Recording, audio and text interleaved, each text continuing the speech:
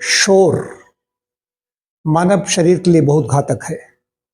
जैसे जहरीली हवाएं, जहरीली जहर शरीर के लिए घातक है, ठीक वैसे ही शोर हमारे लिए घातक होता चला जा रहा है।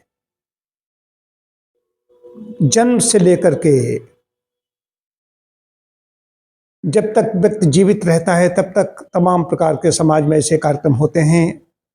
पहले तो ढोलक, मजीरा, घर में जो आवाज़ होती थी वो शोर ऐसा नहीं था। अब शोर डीजे जैसी चीज़ें आ गई हैं। उस परिसर में शोर नहीं रहता है, परिसर में ही आवाज़ पहुँचे ठीक है, लेकिन बहुत दूर तक वो पहुँचती है। कान फोड़ो संगीत जिसे कहना चाहिए, कान फोड़ रहे हैं, कान ही नहीं फोड़ रहे हैं, पूरे शरीर पर इसका दुष्प्रभाव पड़ रहा है, घातक है। हमारी पाचन तंत्र से लेकर के नर्वस सिस्टम सब कुछ इससे प्रभावित हो रहा है शोर से। तो शोर के खिलाफ मुझे नहीं, हम सभी को शोर अपनी आवाज़ बुलंद करनी पड़ेगी। कितने डेसिबल इसका जो ध्वनि मापन यंत्र आते हैं, कितने डेसिबल पर व्यक्ति सुन सकता है। यहाँ इतना शांत वातावरण है कि हमारे यहाँ धुन चल रही है, पक्षियों का कलरव सुनाई दे रहा है, शांत वातावरण है, लेकिन झिंगुर जैसी आवाज, हल्की सी आवाज आ रही। घड़ी की कई बार में इतना शांत हमारा होता है कि मैं घड़ी की टिक टिक होती है वो मुझे पसंद नहीं आती। टिक टिक कष्ट देने लगती है। जब व्यक्ति बहुत ज़्यादा शांत होता है, ध्यान में बैठा हुआ होता है, टिक टिक नहीं पसंद आती है।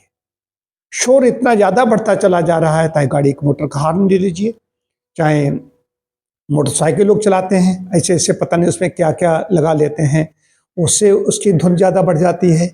डीजे का तो इतना चलन है कि रात रात में 1-1, 2-2 बजे रात तक नियम है।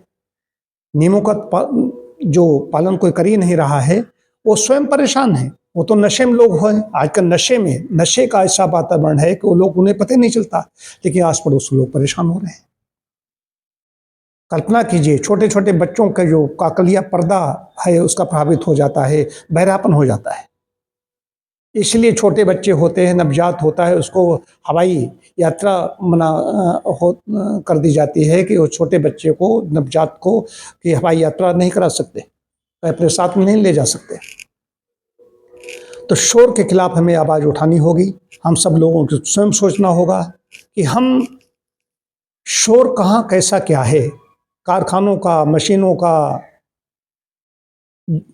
कहीं हवाई जहाज होगा, सड़क पर जो किनारे रह रहे हैं वहाँ कुछ तो शोर होगा ही होगा, लेकिन जो शांत जहाँ पर आबादी है, अपने रह रहे हैं, कुछ लोग तो अभ्यस्त ऐसे हो गए हैं, वो तो कारखाने में भी सो सकते हैं, लेकिन सो रहा है शरीर। हम माफ़ कर दें, किसी ने आवाज़, किसी ने हार्न बजा दिया, यहाँ पर मैं हार्न नहीं बजाने देता हूँ। एक आध बार कोई बजा देता है तो मैं कहता हूँ हार्न यहाँ कैसे बजाया गया, उससे पूछवाता हूँ, कहता है धोखे से बज गया।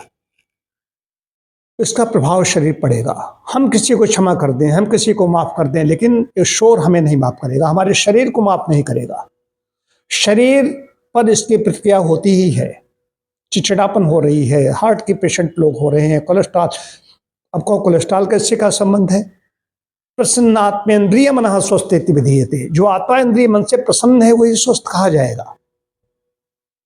मन प्रसन्न नहीं है, शोर शराबे में मन प्रसन्न नहीं रह सकता। मन प्रसन्न रहता है कि एकांत में, शांत स्थान में, अच्छे वायुमंडल में, कोलाहल से दूर। जहाँ कोलाहल है वहाँ पर कैसी शांति, कैसी प्रसन्नता।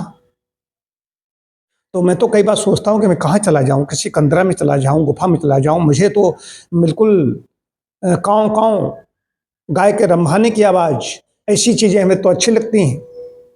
हल्की, जो मतलब मृदु हो, जो कान में चुभे नहीं, ऐसी ध्वनि होनी चाहिए, कोई भी हो।